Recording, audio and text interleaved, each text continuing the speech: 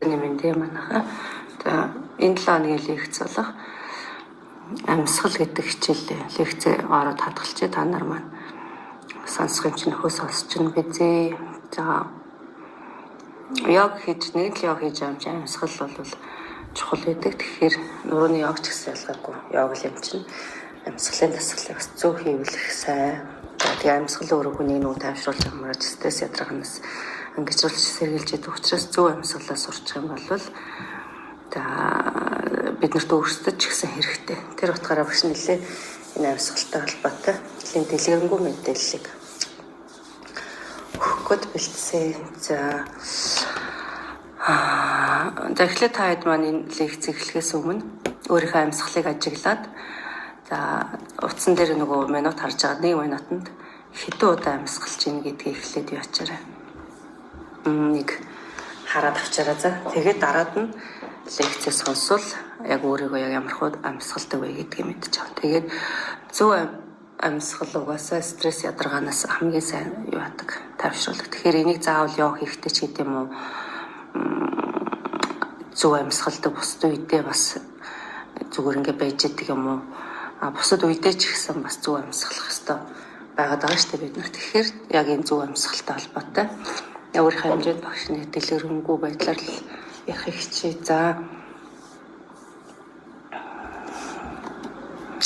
За хүмүүс бидний нөгөө амьсгал янз бүр байдаг. За ууралсан үед, гонилсан үед, баярлсан үед, аз жаргалтай үед ямар амьсгалдаг вэ гэдэг та нар нэг бодоод үзээрэй. За ууралсан бохомцсон үед бол бид нар ингээд хамаг юм ингэж чангалаад энэ хүзөөний болчих энэ мөрхөө ингэж ярьдаг тийм энэ хав энийг яг бүгдийг чангалаад ингэ мөрөө чангалаад нүрээ чангалаад ингэж ууралдаг те мөрөө авчдаг. Ууралсан үед ингэ сайхан алгар ууралдаг хүн байдаг уу те бас л цөөхөн л бах те тэр ер нь хүн ууралж байгаа үед ингэ хамаг юмаа чангалаад хүзөөний болчих мөр чангарч мөрөө авчдаг. За тэгээд энэ үед амьсгал хурдсдаг. Ууралж байгаа үедээ бид нэг сайхан тайв өөчхээ ингэсэн үгээд ингэ суудгүй те ууралж байгаа үед ингэ уурлал бухимдал ингэ амьсгал хурдсаал ингэж ууралдаг штэ. Тэгэхээр амьсгал хурдсдаг бидний амьсгал тэр хурдан амьсгалж байгаа гэл ууралдаг штэ. За тэгээ хурдан амьсгалж байгаа энэ үед болохоор тархинд очихын хүчил төрөгчийн хэмжээ багасдаг. Тэгин гут тархи нөгөө ууралж байгаа бухимдж байгаа уурлах бухимдахыг дэмжсэн тийм нөгөө эсрэг даавруудыг ялгаруулж эхэлдэг. Тархи хүчтэй нөгөө хүчил төрөгч авч чадахгүйгээс илэг хална тархи хална илэг хална түүнээс болоод бүх бие нөгөө ингээд халж эхэлдэг. Ер нь уурсан үедээ бид амар ингээд түнтэйгээл улаагаал ингэж ууралдаг штэ. Тэг ер нь ихэнх хүмүүс тэр ерөөсөө илэг халдаг. Тэгээд бүх бие ингээд халж эхэлдэг гэсэн. Тэгээд юм богинохон амьсгалж байгаа ууралж байгаа үед юу нөгөө сэтгэлийн амар амгалан юу нөгөө тайвшрал сэтгэлийн тэр ил төв төр долгисл намжих байтугай эсрэгээр бүр хамаг юм ингээд сэтрээд ингээ гарч ирдэг. Тэгэхээр тэр түргэн амьсгалж байгаа тэр амьсгалын хэмнэл нь уур бухимдал тэгээд хөшүүр зовлоныг дагуулдаг. Тэгэхээр бид нар өөрийнхөө амьсгалыг ажиглаад үз. Ингээ үедээ ч гэсэн ойрхон амьсгалын богинохон болцоо ойрхон байгаа болвол ер нь л би одоо тэг байнгын юм төвшүүртэй байнгын нэг зовлонтой юм байдалд байдсан байна гэж одоо нэг өөрлөг өнгөрөх гэдэг шүү дээ бид нар ингэж өөрийгөө мэдэн тэгээ хэрвээ үнэхээр амьсгалын хэмнэлж юм хурдан байх юм бол энийг удаан болох арга хэмжээ авах нь байна гэсэн үг. Тэгээ ер нь юм амьсгал богинохон хурдан гэдэг ингээ хурдан амьсгалдаг ийм хүмүүс бол буруу шийдвэр гаргадаг. За тэгээд стресс бухимдал ихтэй. Тэгээд амьсгал нь ийм түргэн замраагүй болцсон юм байдаг. Тэгээд ийм амьсгал түргэн замраагүй болцсон ийм амьсгал маань хүнийг нэг дандаа юм тавгүй байдалд байлгаад байдаг. Нэг гоё ингээ тайв амгалан байгаа үед хүн чинь юм гоё нэг гоё байдаг штэ тий бүх юм ингээд нэг амгалан тайв. Тэгэхээр тэр үе амьсгалч гэсэн ингээд нөгөө уужуу тайван сайхан байдаг тий. Нэг амьсгал уужгаа сайхан болчлоо гэж бид нэр ярьдаг штэ тий. Тэр юусэн бидний бие сэтгэлийн энэ юутай холбоотой байдалтай холбоотой гэсэн. За тэгээд юм дандаа юм тавгүй байгаад байвал өөрийгөө ажиглаад миний амьсгал ямар байна гэдээ бас нэг анзаарч үзгэнэ штэ. За яг ийм нөгөө тавгүй ингээд бухимдсан хурдуурд амьсгалдаг ийм үедээ хүмүүс нөгөө юу яадаг. Ерөнхийдөө дандаа мөрөө авчсан ийм байдалтай байдаг. За тэгээд ийм хүмүүс бол стресс амархан өөртөө тийм ааштай, түргэн ууртай, тэг зүрх судасны өвчтөй байх нь илүү байдаг. За тэгээд ийм хүн стресс гэдэг дагуу үедээ бол бас яах нь амьсгалаа ажиглаад үзээрэй. Тэгэхээр амьсгал бас давхар ингээ хурдцсан байдаг. Тэгэхээр тэр амьсгалыг ингээ удаашруулах ийм хэрэгтэй. Тэгээ гүнзгий амьсгал аваад энэ уур хөндлө одоо юу гэдэг нь стрессээс сэргийлэх бүрэн боломжтой. Тэгэхээр энэ хурдан амьсгалдаг хүмүүс ямар байдгийг таад ойлгочлоо тий. За тэгвэл гуниглсан үед яадаг вэ гэж тий. Гунсан юм гутарсан үед бас нэг амьсгалж байгаа ч мэддэхгүй нэг санаа алдаж байгаа юм шиг өөр ингээд нэг юм бас нэг сонио үе байдаг тий. За ийм үед бас ингэж амьсгалдаг байх нь. За тэгвэл жаргалтаа сэтгэл хангалуун байгаа үед яа тий. За ийм үед бол хүний амьсгал тайван тогтун тий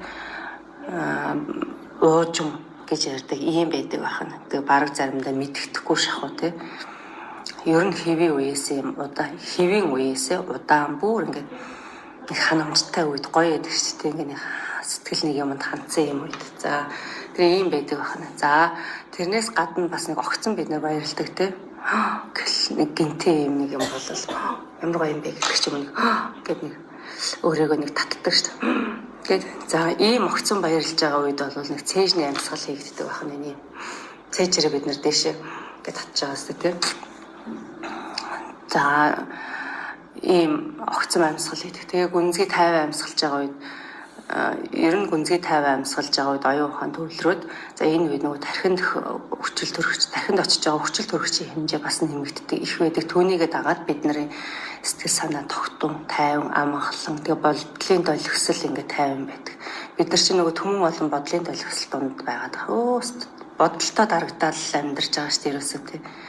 Хэрэг тэрэггүй бидний бодож байгаа бодлыг бараг одоо хэдэн хувийн ч гэдэг юм 90% гэдэг юм уу дандаа нөгөө хэрэггүй бодлууд байдаг гэл одоо айгүй олон хүмүүс ярьдаг шүү дээ. Ер нь тэр бол айгүй үнэн байдаг. Тэгэхээр тэр олон хэрэг тэрэггүй бодлын донд бид нар ингэж амьдарч идэх өөрийгөө стресстулж ядрааж идэх. Тэгэхээр тэр одоо олон бодлуудыг намжаахын тулд тарих хүчил төрөгчөөр хангагдчих хэрэгтэй. Тарих яаж хүчил төрөгчөөр хангагдах вэ гэхээр гүнзгий тайван ийм зөв амьсгалаар амьсгалж байгаа үед ийм процесс явагддаг. За тэгээд зөв амьсгалж байгаа амьсгал тогтун байгаа ийм үед зөв шийдвэр гаргадаг.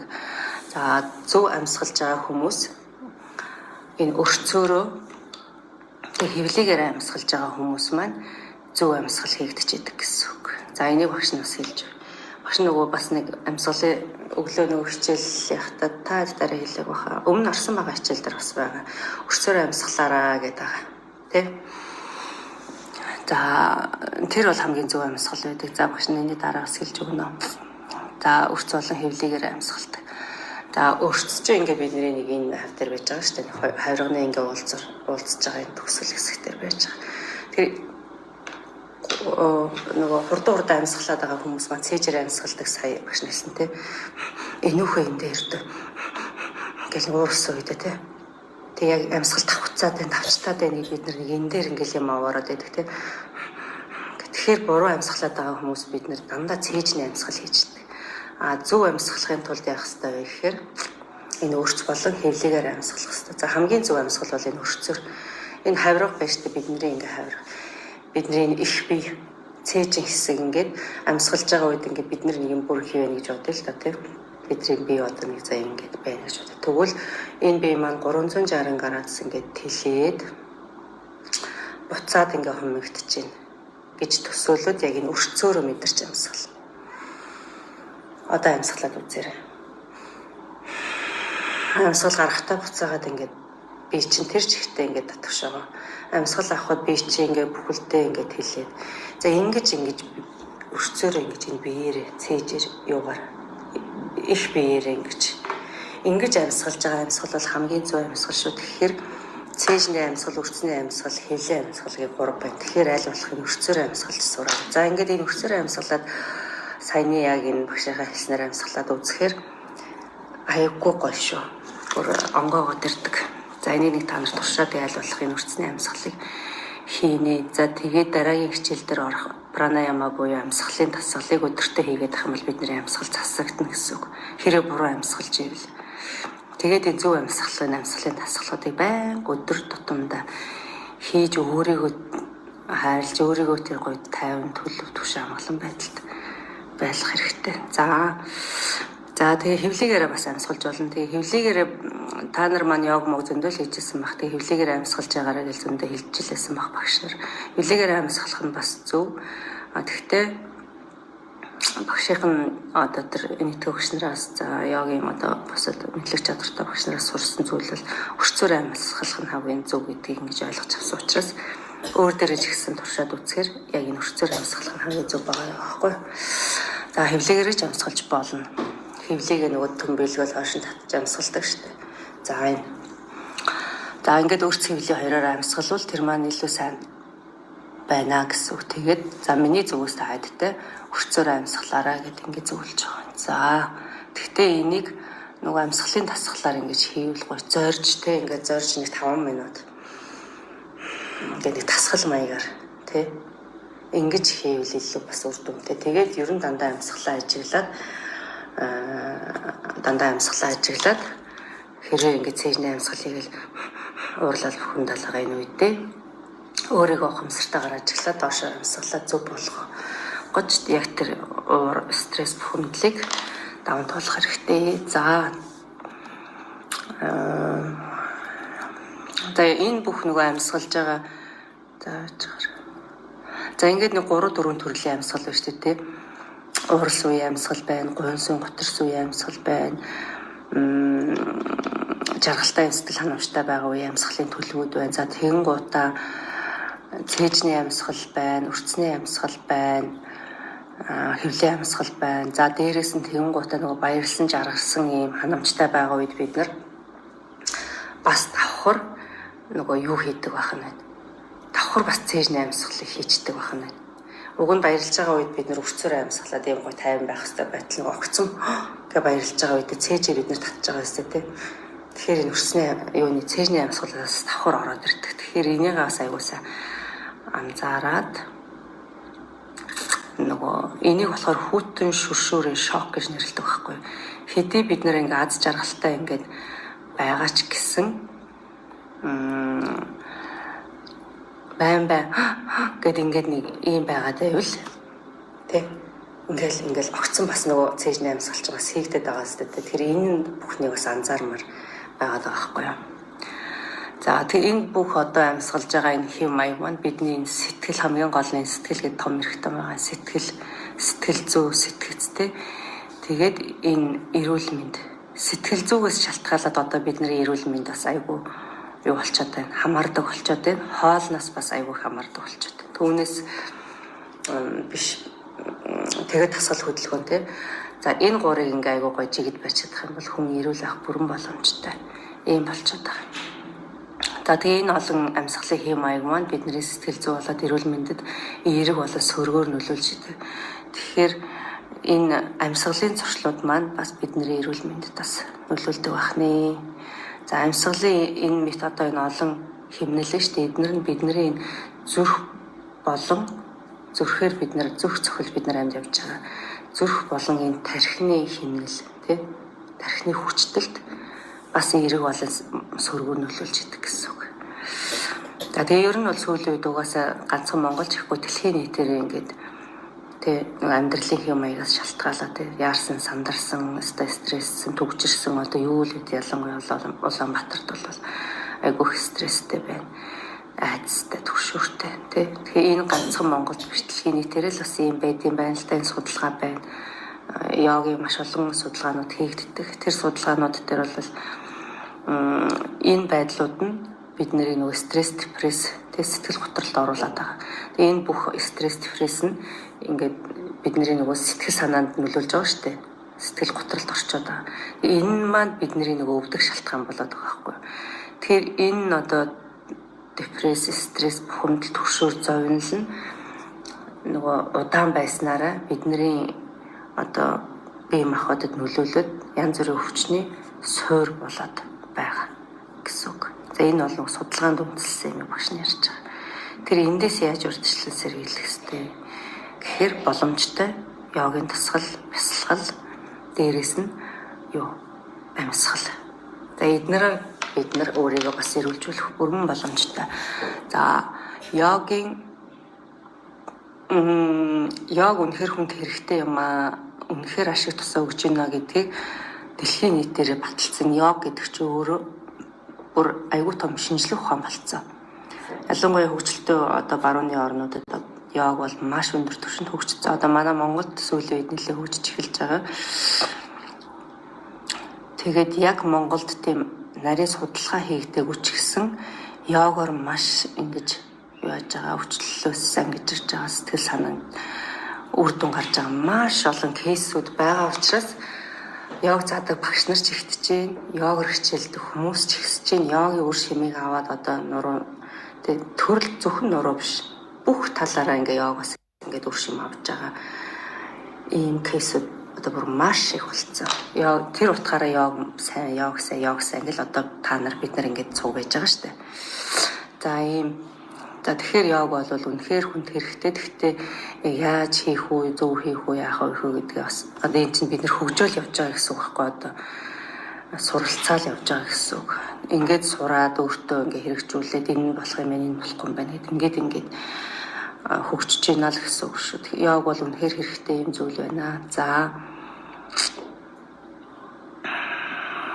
За тэгвэл бид нар энэ йогийн тасгал, йогийн амьсгалын пранаяма, амьсгалын тасгал эдгээрээр өөрийгөө эрүүлжүүлэх бүрэн боломжтой. Өөрийгөө энэ амьсгалын тасгалаар өөртөө байгаа тэр хүчил төрөгчөөр өөрийнхөө бие махбод тархи хүчил төрөгчөөр хангалттай дүүрэх бүрэн боломжтой. Бид нар хүчил төрөгчөөр л амьдарч байгаа шүү дээ. Хамгийн ихний зүйл бол биднэрт хамгийн ихэнд хэрэгтэй зүйл бол усаагаар гэдэг шиг энэ хүчил төрөгч юм байгаа хэрэг. Хүчил төрөгч дутуу байснаас болоод нэг цусан дэх хүчил төрөгчийн хэмжээл гэж ярьдаг шүү дээ.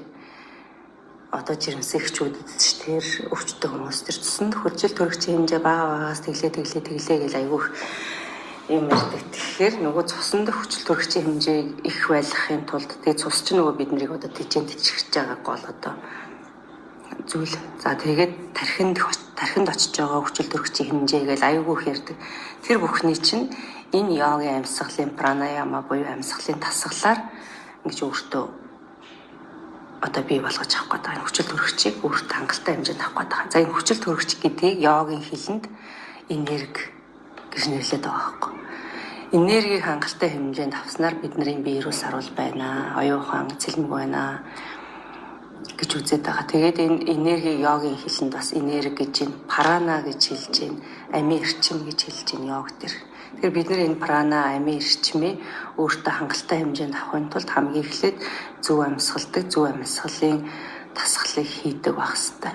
Ингээд зөв амьсгалаараа өөртөө хэрэгтэй байгаа хангалттай хэмжээний хүчил төрөгч авах юм бол эрүүл байх хамгийн наад захын суурь хангагдаж ирнэ гэсэн үг.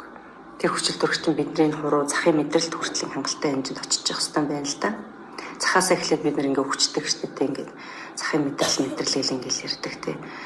Тэгэхээр тэр энерги хүчил төрөгчийг биеэрээ бүрэн дүүрэн тараахын тулд хамгийн эхлээд зөв амьсгалан дараа нь тасгал хөдөлгөөн хийж энергийн сувг судлуудаа нээж өгөх хэрэгтэй. За йогийн хэлээр бол тэрний хамгийн чухал нь зөв амьсгалын тасгалууд байна. За ингээд хэрвээ чадах юм бол бид нар саяны хэлээд байгаа хамгийн наад захын стресс, депресд өртөхгүй байх бүрэн боломжтой. Сэтгэл готролд орохгүй байх бүрэн боломжтой. Энийгээ гэхдээ миний хэлдэг нэг зүйл байгаа. Юм болгоныг тууштай хийж л үр дүн гарнаа. Түүнээс биш 1-2 хийгээд үр дүн гардаг бол дэлхийн бүх хүмүүс л үр дүнд хүрсэн явж байгаа. Тэгээ ихэнх нь хайдаг учраас үр дүн авч чаддгүй. Тэгэхээр хин тууштай байна, тэр хүн л үр дүнд хүрнэ. Амьсгалын тасгалч гэсэн ялгах. 1-2 удаа гоё амьсгалчаад тэгээ дараа нь хийхгүй бол яахгүй шүү дээ.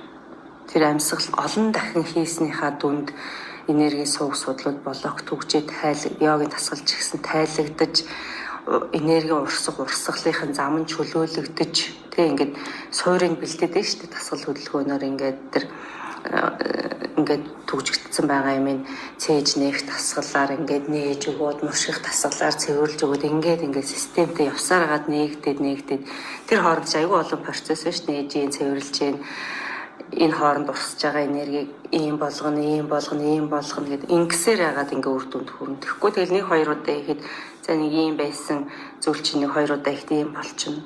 Дараа нь таслахад буцаад ийм болчихно. Дахиад нэг өдөр хийхгүй болчиход буцаад ийм болчихно. Бүр хийхгүй бол бүр ийм болно. Тэгснээ гинт орж ирснээ амар хүчтэй хийснээ одоо ийм болоод ингээл левел чи эндээ ингээл өдөр болгон тогтмол ингэж ахиулах юм хүмүүс эхний нэг тоног ингэж жагаад ийм болчихдээ. Ингээд тууштай явж үрдэн үздэг хүмүүс маш цөөхөн байдаг. Тэгэхээр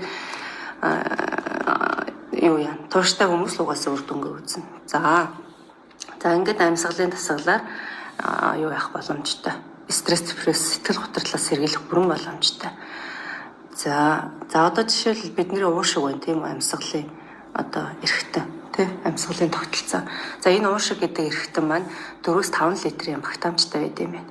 Хүчил төрөгчийг ингэж юу яах оруулж гарах гэх юм уу? Одоо багш нь яг эмч биш болохоор өөрийнхөө өгөөл ярьж байгаа шүү дээ.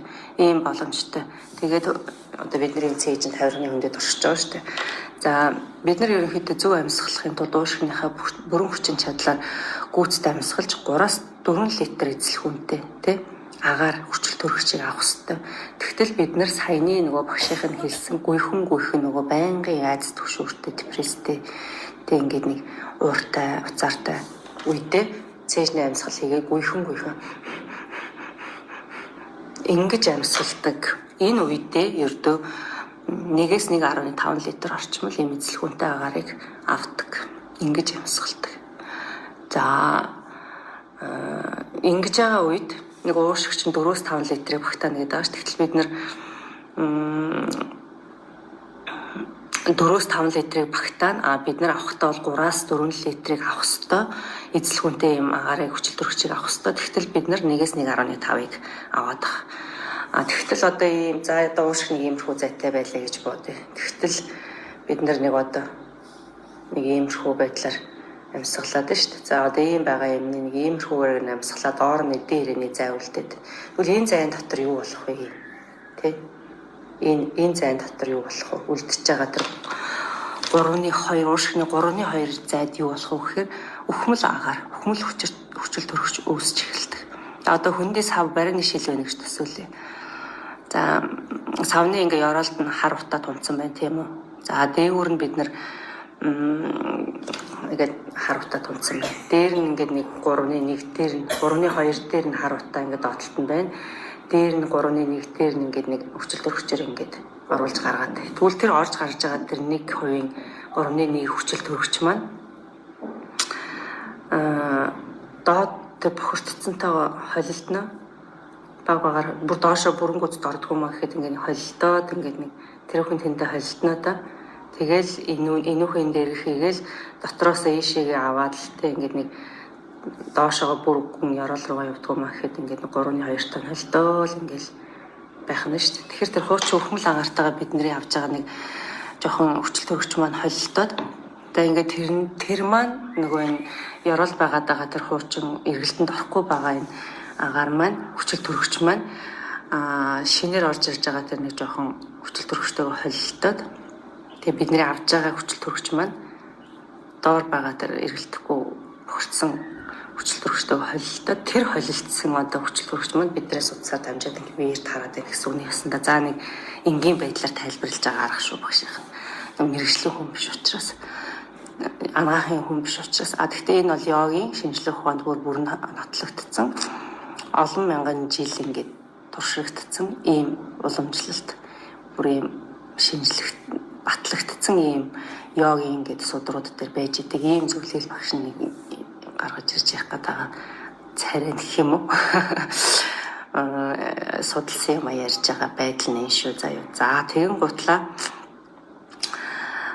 тэр маань бидний нэг утасны эргэлтэнд ороод хүний биеийн нөгөө бидний биеийн бүх хэсгээр ингээд тараад хамжаад нэг осондоо тэр хорт бодис токсино ингээд тараагаад байгаа. Тэгэхээр бидний эдисийг хөгжүүлэх одоо ингээд хүлэхтэй өгчүүлэх энэ процесс ингээд дотроосоо явагдаад байна.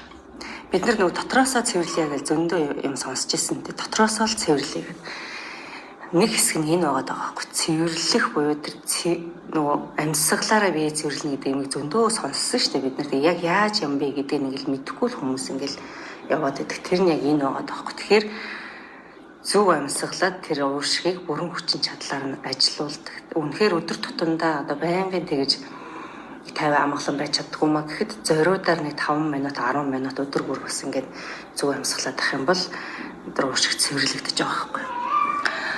За тийм учраас энэ гүйцэд амьсгал авч уушгины доод хэсэг рүүгээ оруулаад тэнд байгаа тэр агаарыг бүрэн гаргана гэдэг. За багш нь өмнөх орцсон хичээл дээр ч тэр одоо сая орсон хоёр хичээл дээр ч тэр амьсгалаа мэдрэг үнзий амьсгал аваад гаргая ингээд дуустал ингээд гаргаараа дараагийн амьсгалаар цоошин хүчил төрөгчээр амьсгалаараа гэдэг ингээд нэг хичээлүүд дээр ингээд хэлсэн байгаа. Энэ нурууны йог дээр хэлж үгүй юу? Гэхдээ хэлсэн байгаа хаа өмнө хичээлүүд. Ингийн йогийн анги дээр бол энэ бол байнга хийгддэг юм хичээл. За тэгэхээр энэ зөв амьсгалах энэ уушгинд хүчил төрөгчийг ингэж аягуулсан ингэж сэлгэж өгөх хэрэгтэй байна. За энийг ойлгосон байх гэж бодож байна тийм. Тэгээ ингэж зөв амьсгал. Ийм учраас бид нар энэ зөв амьсгалах саяны өмнө хэлсэн тэр нөгөө цээж үрцний амьсгалыг бүр зориудаар зөв хийх ёстой болж байгаа. За тэгвэл бид нэр энэ амьсгалаа авах, амьсгалаа гарах гэсэн энэ үйлдэлээ арай нэг жоохон ухамсартай тийм өглөөний тасгал дээр хэлэгдэх за амьсгалаараа амьсгалаа анхаараараа гэж хэлээд байгаа ч учиртай болол хэлээд байна. Зарим хүмүүс маань энэ ямар удаан ингэж суулгатай муулгатай ингэж бодож байгаа унжиж байхыг үүсэхгүй бах. Гэхдээ манайхан гайг бах уу. Ийм учиртай учраас л йогийн хамгийн чухал сасшгүй хэсэг юм. Тэгэхээр энийг угаасаа хийлгэн угаасаа хийн байх ёстой зүйл. Энэ амьсгалгүйгээр йогийн хичээл явна гэж байхгүй. Яг уу хийж болно л доо. Хүмүүс амьсгалын тасгалыг орхичоод зөвхөн тасгал хөдөлгөөнөө хийчихвэл бас л нэг жоох юм дутуул яваад байна гэсэн үг болж байгаа үстэй тий. За тэгэхээр энийг ойлгоцсон юм чинь таад өөрсдөө тэгээд нөхөж хийх тавтаж хийх ч юм уу юм үедээ бол хийх баха гэж бодож байна. За тэгэн гоо бидний амьсгалаа авах гарах энэ үйлдэл бид нар арай нэг жоох ухамсартай ингээд